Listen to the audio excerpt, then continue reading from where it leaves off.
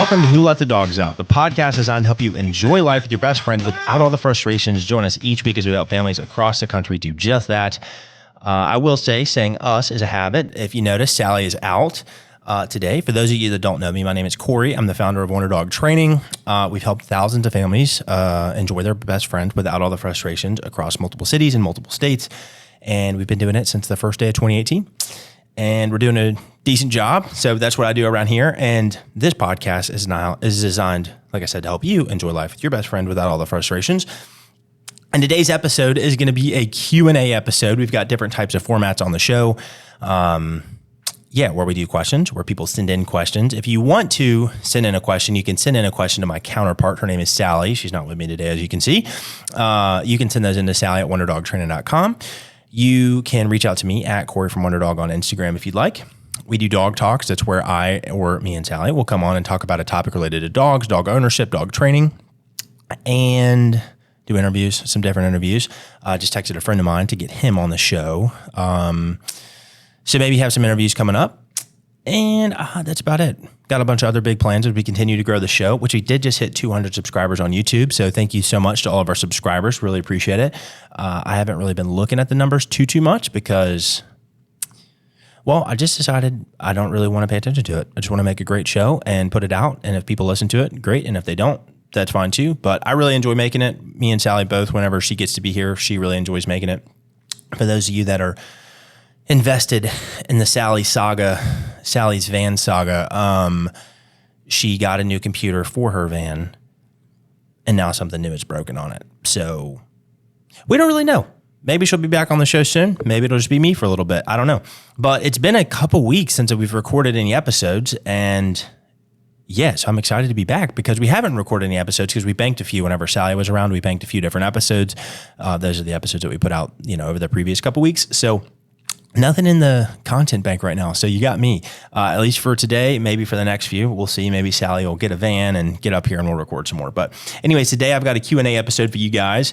And today we're talking about how to get your dog to poop on turf. That was a question asked of me this week. How to get one dog to not steal the other dog's food when eating, so multi-dog households. And then different types of walks, an exercise walk versus a sniff walk. And then I got a few other topics I might throw in as well. I got a bunch of stuff that I've been talking about with people over the last few weeks. So I got a good list of new notes. But basically what I've been doing is I've been taking the questions that people ask me at transformation sessions and making episodes about them. So to all the people that have signed up for training, really appreciate you. The people that haven't, I also appreciate you letting me meet you and your dog. And I've been taking all their questions and making them into episodes. So anyways, I'm trying to think of anything else I need to go over before we actually jump into the show. Like I said, Sally's van saga, me and Mia haven't been up to too much. Been working a lot recently, been having a good time working. But we haven't done too much training recently. And it is weird watching your dog get old on you. I've been saying that a lot because, I get to meet a lot of people that meet with us. They have, an older dog and then they've got a younger dog and they're calling us about the younger dog because the younger dog's not nearly as good as the older dog, right? And so I get to meet a lot of older dogs as well. When I say older, I just mean older than like 3, I guess, because most of the dogs that we see are 3 years or under, mostly 2 years and under. But anyways, it is weird watching me and get old on me because, I've had her since she was a baby, since she was 6 weeks old, and she's 9 and, 9, just turned 9 2 months ago. And so now she's 9 in a couple months and got some gray on her hair or gray on her face. Now she's getting her little gray muzzle. So I've been calling her my little gray girl, and hips are getting a little wobblier and stuff like that. So I'm actually going to go to the vet for that next week. Apparently there's a new doggy arthritis drug that can be helpful. I don't know if Mia that has arthritis, but if it can help her, walk better, move better, things like that, then I would love to get her on that. So I'll keep you guys updated on that because I told a couple other clients about it who have some older dogs and stuff. And so if it can help out, that'd be great. Anyways, my headphones just turned off. 1 second. We're going to take a brief intermission and I'm going to trade headphones. Grab this other pair. So 1 second. Bear with me, folks. Some technical difficulties. All right. What y'all didn't see is right before the show, I turned these headphones on and I got a low battery warning, and I just turned these on and got a low battery warning as well, which is kind of annoying because I guess the battery just doesn't last very long because I haven't used them in a couple weeks since, I guess the day before Mother's Day, and they've just been off ever since. And I guess the battery dies even if they're not on. So anyways, okay, let's jump into the show. So we got a few questions. So how do I get my dog to poop on turf? I guess the big one, most people that use turf typically are going to be in like apartment complexes on like a second or third floor, maybe in a high rise if they're in like the actual city, like Nashville or downtown or, downtown Austin or something like that, like actually in the city. And so it's a little difficult to get your dog down all those elevators and stuff like that. And so people ask how to get their dog to use turf.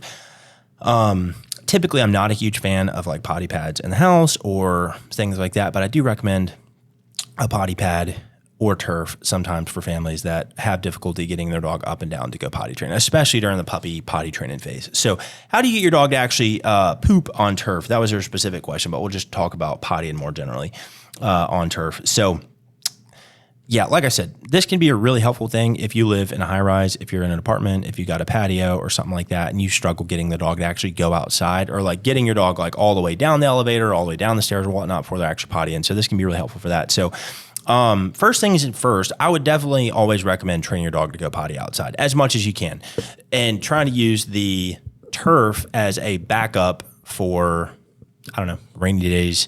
If it's late, things like that. You don't want to take your dog all the way downstairs. You don't want to get dressed up or put shoes on or whatnot. You can use it as a backup, but I generally speaking still want to recommend taking your dog outside to go potty. It's definitely the cleanest and easiest thing that you can do with your dog. So I'd recommend that first and foremost. So I just want to say I'd start with that. Okay, so how I would recommend you train your dog to go poop on turf is, I would say, it sounds a little silly, maybe even a little gross, but I would probably take some of their poop and I'd put it on there. As I'm potty training the dog, let me start with this. As I'm potty training a dog, we always suggest pairing a word with actually going to the bathroom, right? So if you're teaching your dog to go pee and poop outside, if your dog goes pee and goes poop, we want to say go pee or go poop or go potty or whatever word you actually want to use to pair with the action of going to the bathroom, right? So I want to pair that word with actually using the restroom, so that way the dog will learn, hey, go potty means I need to, use my bladder, go pee or go poop, right? So I would recommend that first and foremost. And I'd also recommend, reinforcing the dog whenever they do the right thing, whenever they go pee or poop outside. Now, that line, now I can jump into the next piece. If I was trying to use turf, I'd probably put some poop of my dog on, I'd take some of my dog's poop and I'd put it on the turf. So if you take your dog on a walk and they poop, put it in a bag, cut the bag open, put it on the turf. Or if they are potty in the house, I would take it, instead of flushing it, I would move it and put it on the turf. So that way, when I take the dog to the turf and I show them there's their poop there already, and they're like, hey, that's my poop, I should poop there. And I would pair the word go potty with it. So I'd walk them over there, I'd stand next to it maybe. If your dog doesn't like people watching them go potty, then I'd maybe turn my back a little bit, but I'd walk them over to the turf and I'd start kind of pointing to it, showing it to them and saying, hey, let's go potty, go pee, go poop, whatever it is. And then as soon as they do, I'd make it a big deal. I'd make it big party, lots of treats, lots of praise, things like that to say, hey, you did the right thing. This is exactly what we're looking for. Good job. Please continue to pee and poop on the turf. I really appreciate that. That's pretty much it. That's like the main tip I have. If you do that and your dog's not getting the hint, I think from my understanding, there's this company out there. I don't know what it is, or I'd say the name of the company, but you can buy like, it's funny to say, but you can buy like actual pieces of sod, like actual real grass to put on your balcony or whatever. So your dog can pee and poop on real grass, even if you're on a balcony or something. But I'd probably still recommend the same thing, like put poop on there. So that way your dog recognizes, hey, this is my potty area, right? And then of course, as they get the hang of it, then you can start cleaning up and throwing it away and stuff like that. But in the beginning phase, I would definitely leave some potty there. I don't really know how you would trap pee, but if you needed to do that, maybe you could trap some pee on there as well. Trap some pee and put some pee in there on the turf pad or potty pad or something like that. This has worked for previous clients. Maybe there's a better way to train a dog to go potty on turf outside. But if there is a way, I don't really know a way to make them go potty on turf other than that. So actually, let me do this. We're going to do a quick Google search and see if I'm missing anything here. Hold on one second. All right, bear with me. We're going to do a quick search. How to get dog to poop on turf. Let's see what we got. Okay, nothing really different than like That's another one I did forget to say. I mean, all this stuff. So choose the right spot. We're putting it outside. We don't want it in the house. Establish a routine. We already talked about that. We're already working on potty training the dog, right? So first thing in the morning before bed, things like that. Use a command, go potty. I've already told you guys that. Encourage with scent. This is literally the same thing. If the dog is already pooped outside, place a bit of that poop on the turf to signal it's an okay place. There's also commercial potty attractant sprays that can help encourage your dog to go in specific spots. That is one I forgot to say. There is apparently spray. I've had mixed reviews about it over the years when I've told clients about it. Some clients use it and they say it helps. Some clients, have used it and said it was stupid and it didn't work. So I don't really know. Definitely worth a shot if you're really struggling and this is a big goal of yours. I would say you can definitely try getting a potty attractant spray to get your dog to go potty on turf. Yeah, I'd say give it a shot. I mean, best case it works. Worst case you spend $15, $20 and it doesn't work out. Next one, Google says, I'm actually using ChatGPT, but reward immediately. Already told you guys that. Make it a big party, right? Supervise and redirect. If your dog starts to go somewhere else, generally interrupt them and guide them to the turf. I didn't say that, but I mean, because I kind of felt like that was assumed. And then, be patient, which, I mean, that's kind of how it goes with potty training overall. So anyways, I think overall, I mean, that pretty much lines up. The only thing that was really on there that I didn't say was just maybe try an attractant spray. So, and if you wanted to do that, I would just Google or Amazon attractant spray. Actually go to my local pet food store. That's exactly what I do. I would not Google it or buy it off Amazon. I would go to my local pet food store and I'd support local business because we've got a lot of really great pet food stores that are local. And we want to support those guys. We don't want to buy everything off Amazon. So at least I don't. So I'd say go to your local pet food store instead and see if they have potty attractant spray. And if they don't, then buy it off Amazon. Okay, next one. Let me go back to my topics here. If you got any questions about potty training or potty training your dog on turf, I'd say drop them in the comments below. Send us an email about it. We're happy to help. You can drop a comment. That'd be the fastest way. Or you can send an email to Sally at Wonder Dog Training. We've also done a full episode on potty training. It was one of our earlier episodes. So I think in the title, it says like potty training a puppy or something like that. So I'd say go back to some of our earlier episodes and I break down potty training. I might do another big episode like Dog Talk on potty training and just give every single thing I know about potty training. Cause I've potty trained a lot of dogs over the years. And just recently I had 2 families hire us. Their dogs do a lot of stuff that they don't like them doing. But the main thing is like, we got to get the dog to stop peeing and pooping in the house. And so part of what I'll do for those families that are really struggling with that and need something, and they've tried a lot of potty training stuff, is I'll come up with a custom potty plan for them. And I've had a lot of success with those, like coming up with custom potty plans for families and stuff. And the thing is with potty training too, and like I had somebody asking me this the other day, this was actually yesterday, about potty training.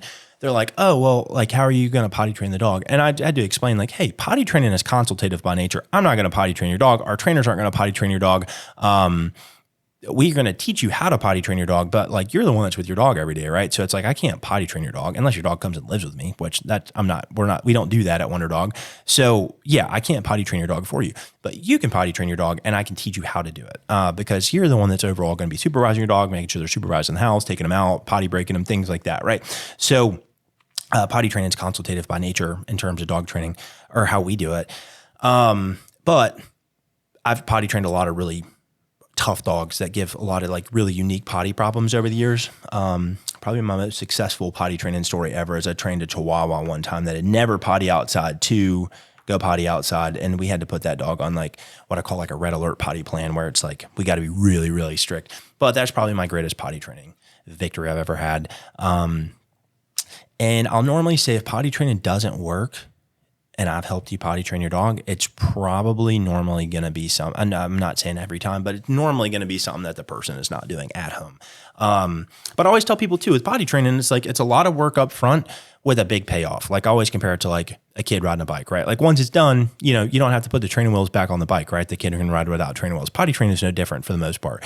If you potty train the dog, you stick with it, you're consistent, things like that, your dog's going to be potty trained, right?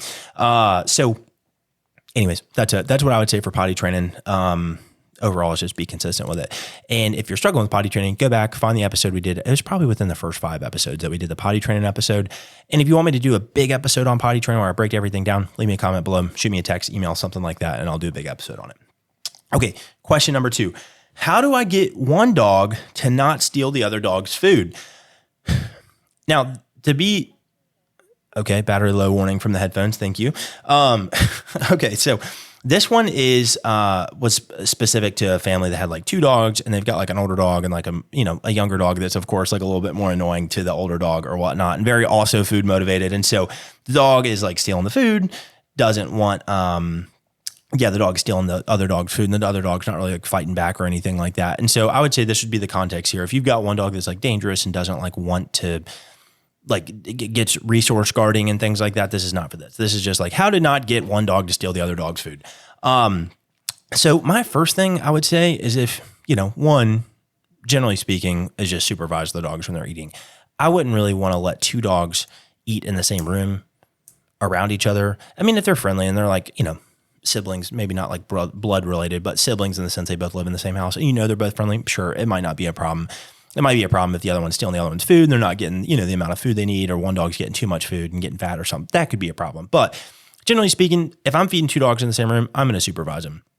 Like whenever I stay at my parents' house and I watch their dogs, if they're gone for a weekend or something like that, they've got 3 dogs. They've got a weenie dog, a border collie, and a chow chow. And Mia's there with me. I'll normally feed Mia in my parents' room because she doesn't like other dogs messing with her food.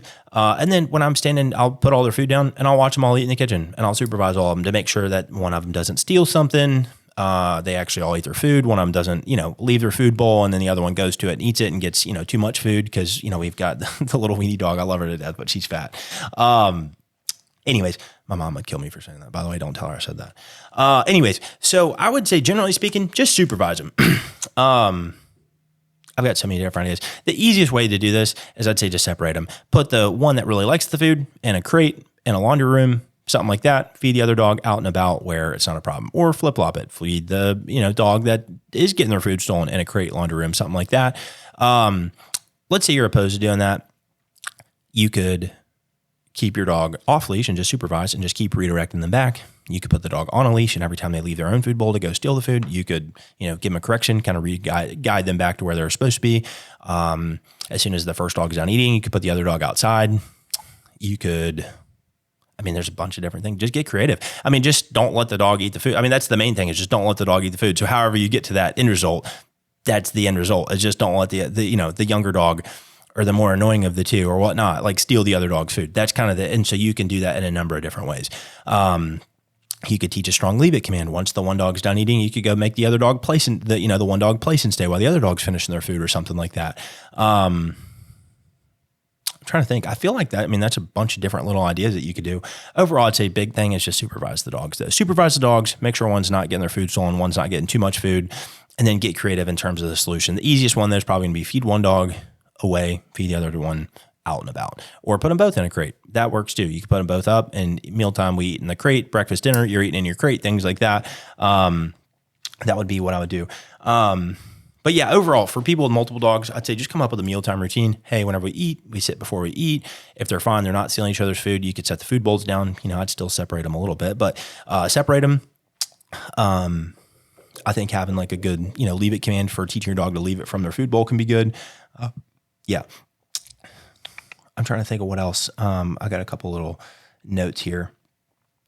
One thing I would kind of be like red flaggy about is if like one dog, like let's say you're feeding them in the same room and like one dog's like growling and the other dog's not even near their food, or a person's not even near their food or whatnot, and they're growling, that'd be called like considered like what we call like resource guarding. And so I would want to correct that behavior. And like I said, for resource guarding particularly, we want to have like a good like leave it command so you can get the dog to leave the bowl and then go get the bowl if you need it to for whatever reason. A big one when it comes to eating food too, that like I hear a lot of people say, not a lot, but enough to make me mention it, is like people will tell me like, oh, he's not food aggressive. Like I can put my hand in his bowl like while he's eating and stuff like that. Or I want to be able to do that. I'll start with the first one. I can put my hand in his bowl. I can put my hand in my dog's bowl too, but I don't. And there's not really much of a good reason to do it unless you like, which is the follow-up, and so overall I just say it's like when I was a kid, I was just always taught, don't mess with the dog when they're eating. I don't feel like parents teach that to kids anymore. You shouldn't mess with the dog when they're eating. Humans don't like being messed with them when we're eating. Dogs don't like it either. Just don't mess with the dog when they're eating food. That's a pretty easy one. The next thing I would say though is if you want to, my question is why? The only real justification I could think of for why you should want to be able to put your hand in your dog's food bowl is if you've got a kid and you're worried about your kid messing with a dog when they're eating. That would be the only real reason I could think of as to why you probably should want to be able to put your hand in your dog's food bowl. But I go back to it where I headed earlier is like, if you've got a kid, I think, parent how you want to, but I think a good rule of thumb generally, it's just like teach your kid, don't mess with the dog when they're eating. Now I get it, with some kids, you can't do that because they're too young and just don't understand. But if you're worried about that, go back to where we started this whole thing in the first place. Just put the dog up when they're eating. Put them in a laundry room, put them in a crate, something like that, and just don't make it an option where your kid can mess with the dog when they're eating. Overall, I'm a big proponent of let the dog eat their food. If you do have a dog that resource guards, or you do need to be able to call your dog away from the bowl when they're eating to get it for whatever reason, I think that's a fine thing to train. I think your dog, even if they're eating their food, if you say leave it, they should stop and leave it. If you say come, they should leave their food bowl immediately and come to you. That's training. But generally speaking, I don't really see a good reason why you should mess with your dog when they're eating. So I just wanted to put that out there in the world for those that are wanting to put their hand in their dog's food bowl. I guess it's a nice to know you could. And yeah, but it's not something you should do. So overall, generally speaking, leave your dog alone when they're eating and teach your kids to do the same.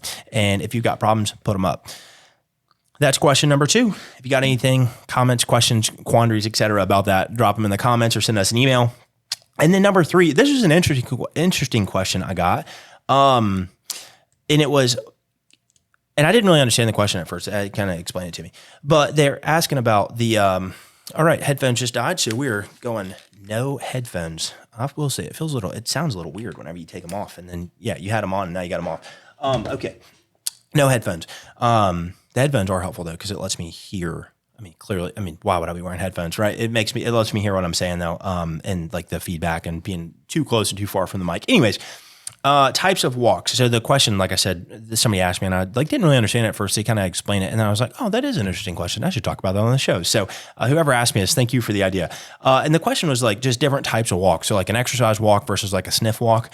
And so I was thinking to myself, yeah, what are the different types of walks or whatnot? Let's just start with like a general like rule of thumb. Whenever I'm taking a dog on a walk, my rule of thumb, generally speaking, is like you can like, for the most part, me personally, when I'm out walking Mia, I make her, I would say generally make her heel for most of the walk. Like I'd say like 60 to 80% of the walk. And then the other 20 to 40% of the walk, she's allowed to like go sniff and pee and poop and be a dog. Normally if I'm walking Mia, I am exercising and it's a walk with me. I'm wearing a backpack and we're walking, at least a couple miles. But then there's also like a potty break walk where it's like, hey, we'll just walk you for a few minutes around and we go on a quick potty break. So it could be something like that as well. So it could be something like that as well. So, and I guess the question that she was trying to ask at this appointment was like, how much should we let the dog sniff versus like keep it moving, so to speak. And I would say it's kind of it depends on, I guess, your goal of the walk. So like if you're walking your dog for your exercise and your dog is just accompanying you with that, I would say, yeah, generally speaking, I want to keep it moving and say, yeah, if the dog starts like lagging behind me to sniff a mailbox, I would give the dog a little tug and keep it moving. And it's like, yeah, hey, we're working on, you walking with me here.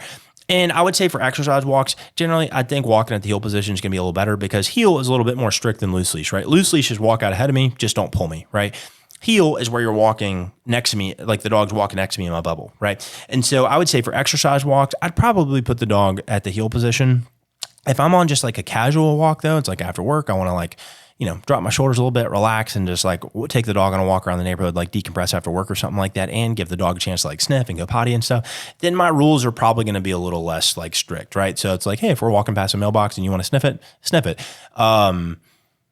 Now, how long do you let your dog sniff? I don't know. It's up to you. Like if I want to keep it moving, then because one thing that people say to me a lot is like, he just sniffs everything. And it's like, okay, you can let your dog sniff, but you can also tell him like, hey, okay, let's keep it moving, right? So I would say if you're trying to walk and your dog's like really like putting the brakes on, sniffing something, break the tension on the leash, give a little pop on the leash and say, hey, come on, let's go, right? And keep it moving. But I would say, generally speaking, it depends on the goal of the walk. So if it's like on a quick potty break or something like that, your dog's going to need to sniff to find the perfect spot to go, right? Because some dogs will just go out and go, and some dogs need to find like the perfect spot. The stars have to align just right for them to actually go potty. And so they're probably going to need to sniff to be able to do that, right? So if it's a potty walk, let them sniff so they can find the right spot. If it's a leisurely casual walk, let them sniff, maybe do a little sniffing walk, like let them loose leashing. loose leash, make them heel a little bit. Yeah. And then if it's an exercise walk, I'd say, keep it moving with the goal of like, hey, we're trying to keep a pace, we're keeping it moving. And so I would say, generally speaking, probably going to make my dog heel for that. And my like sniffing, like the dog sniffing time is going to be a little less in that case. Yeah. And so I think both types of walks though are helpful. I think it's helpful to have like structured walks where you are walking with a purpose. And so your dog's walking a heel. And I think it's fine to have freedom walks, where your dog's just allowed to sniff and pee and poop. I feel like I've said that already, so I'll move on. We've already covered leash manners for different types of outings. And then I guess the last one is like, I guess it's kind of a myth that like sniffing is like considered like a bad behavior. And like some clients kind of think this ahead of time and they're like, is it okay to let them sniff? Or maybe there's trainers out there that say that. I don't really know. Maybe I could probably see there being trainers out there that say that like sniffing's bad and your dog's trying to be dominant if they're like trying to sniff or something. I could see that being a myth out there. I guess I would say that is not correct. And if your dog wants to, once again, it goes back to the intention of the walk, right? So it's like sniffing is technically a bad behavior if I'm telling you to heel and I'm trying to walk and you keep leaving the heel position or pulling ahead to go sniff or something, then yes, that's a bad behavior. If we're on a casual walk and you are pulling me to go sniff something, yes, that's a bad behavior. It's not the sniffing itself. It's the thing that you're doing to go get the smell. That is the problem. It's not necessarily sniffing itself. Like I let Mia smell stuff. If she's on a walk and she catches a good whiff of something, now if I want to keep walking and she's sniffing and she's like lagging behind, which she doesn't really do very much, but every now and then she'll catch a real good whiff of something and I'll give her a little pop on the leash and say, come on, let's go. So I would say that, I wouldn't consider sniffing a bad behavior. I would consider like what the dog does to go sniff. So once again, if you're on an exercise walk and you're trying to keep it moving and you've got your dog at heel and the dog keeps like pulling ahead to go sniff something, yes, that's a problem. If you are loose leashing with your dog and they are pulling you or you're trying to loose leash and they're pulling you to go sniff something, yes, that's a problem. If Sally was here right now, she'd probably talk about the fire hydrant. So Sally does like the same like little loop with Sully every day. It's really fun. And I go on her walks with her and Sully and Mia every now and then. And it's funny. So Sully there's like this one fire hydrant in the neighborhood that Sully loves though. And so one of the big things is we had to teach Sully, like, don't pull to the fire hydrant because you are like, he's a big dog. He's a strong dog. And, Sally's in a wheelchair. So we had to teach him not to pull towards the fire hydrant though, which is funny. So anyways, so I'd say that's question number 3. Those are like the different types of walks, the intention behind the walk, talking about sniffing and things like that. Anyways, I think those are like the big ones that I wanted to cover today. I've got some other little topics here or whatnot. And maybe just a couple like little things that, maybe some other just like little things that I've noticed a lot recently is like, one of the things that I think we do as dog owners and like, is we kind of justify like our dog's behavior. Like, I guess where I'm headed with this is like, I call it the big butt, and I'll be talking to somebody, whether it be on the phone or it be in person, and I'm doing an appointment with them or something like that. And they go, everybody, it's like a line out of a book. Everybody says the same thing. Overall, he's a good dog, but he does this like one thing or whatnot. And then it's like, that's the big thing. And then like a lot of little things trickle from there or whatnot. Right. So it's like, we'll have somebody come in and they're like, yeah, he's like pretty good, but like he just like jumps up on people. And then like from like kind of doing like a bit of a discovery process, we uncover like, oh, he pulls, he actually doesn't come when he's called, or like, one of the big goals is to be able to take him out in public or something like that. Right. And so we kind of justify it by it's like, oh, it's really just like these 1 or 2 things that we don't really like that's happening. Right. And so I just call it the big butt. And so I would say like, we don't want to overall, I don't know if I'm making a ton of sense here. Overall, I would just say like, we don't want to like, I guess, justify that behavior. And I've seen it, and it's not, if it's just like your dog pulls on a leash, it's not a huge deal, but I have seen this particularly before with like aggressive dogs where it's like, oh, he's pretty good overall, but he does try to bite people. And it's like, wait, hold on. That's not a small thing. That's a big thing. Like that's not a small thing. Like you can't just like, oh, he's a good dog, but he does bite people and babies. And it's like, oh my God, that's not a good thing. Right. And so I would say like maybe just overall, I guess the message here is like, don't downplay the problems that you have with your dog and like work to actually fix them. I guess that's kind of the big message here. I probably should have formed that a little better before I started talking about it, but I just did it. Do you see that? I should have formed it better, but I didn't. Anyways, that no excuses. I didn't. But it's something I've been thinking about. I've also been thinking about making an ad too and using that line because, like I said, everybody says it to me. Not everybody, but a lot of people say it to me. Oh, he's a good dog, but he does this one thing, or but he does, he pulls, but he jumps on people, and people don't want to come over because he jumps on them so bad. But he doesn't come when he's called. Like if he catches a whiff of a dog or something like that, and he starts sniffing, And so I've been thinking about making it an ad too and calling it the big butt ad, and it's like, what's your dog's butt? And I don't know, maybe it'd be funny. Maybe people on Facebook would laugh at it. I don't know. But anyway, so that's it. So that's the big butt. And then another one is I wanted to talk about is I met this family and I was really impressed with them. So a military family, and they're actually in training. They might be listening to this. I don't know. And if it is, I forget their last name. I know the gentleman's name is Frank though, but I was really impressed with their dog. So, it's this family, military family. They adopt a dog. And they did so good with the dog. Like they still signed them up for some training because like they really didn't have a ton of problems. They were more goal oriented, which is like always my favorite clients to sign up. I love the problem dogs too, the ones that have a big laundry list of problems. But I really love it when people tell me about their goals and stuff like that. And this family was very goal oriented. But I was just really impressed with like how well their dog was trained, like pre-training, I think they were watching some YouTube videos and stuff like that. But overall, they weren't really, they were really more just like, hey, this is the standard kind of, and this was a military family, like I said, and the military is very disciplined and, and rigid and things like that and has rules and discipline. And, you've got to have your hair cut a certain way and the facial hair and all the, stuff like that. Right. So the military is like very rigid, very disciplined. Right. And I guess you could say they applied that same principle to like their dogs and their kids. Their kids were also very well behaved too. But their dog was kind of the same way. And it's just like, hey, we have these like rules set in place and this is just like what you do. And it was just some really impressive, like, no real training help, to start. And like, they already had like a really impressive dog. And so, and like, like I said, they signed up because they wanted to be able to like walk better and greet people better, a little nicer and things like that. And like, socialize them and stuff like that. And so that's what they signed them up for. But they had a lot of like rules in place. Like, hey, you wait at the door. Hey, whenever we walk, you don't pull on the leash or whatever it was. And it's just like all these like little things. And they set a standard and they held the line on the standard. It's like, oh, I don't want him to pull, but he does. It's like, hey, you don't pull on the leash whenever we go on walks. And they did a really good job with that. They did like a really good job of that. Hey, you don't run out the door without permission. And so he just sat and waited at the door whenever they would do it because they wouldn't let him out the door until he sat down. And it's just like little things like that. And it's like other examples of this that I see a lot of times with people and that I'm like always really impressed with because I love it when people train their dogs, whether they hire us or they don't, or if their dogs know some stuff, or if they don't know stuff. I love all dogs and all people. I want to help everybody. But another one, like I'll get a dog every now and then that will have a laundry list of bad behaviors, but he'll do like one or two things really well. And normally what they are is like the dog, like I always make a joke, like every dog knows how to sit and shake, right? They're born knowing that they know how to sit and they know how to shake.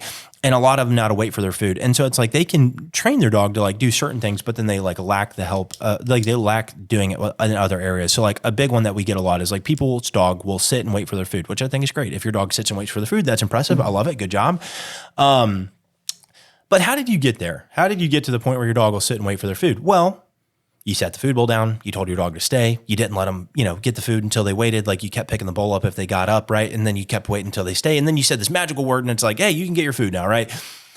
Another one that we get a lot too is it's like, and this is not, I wouldn't say a lot, but enough families for me to talk about it at least, teaches their dog, hey, you don't ever go in the kitchen, right? And so it's like this dog has got this laundry list of bad behaviors, but the dog will never go in the kitchen. And it's like, well, why is that? And it's because they never let the dog in the kitchen. So the dog just learns, hey, I don't go in the kitchen, right?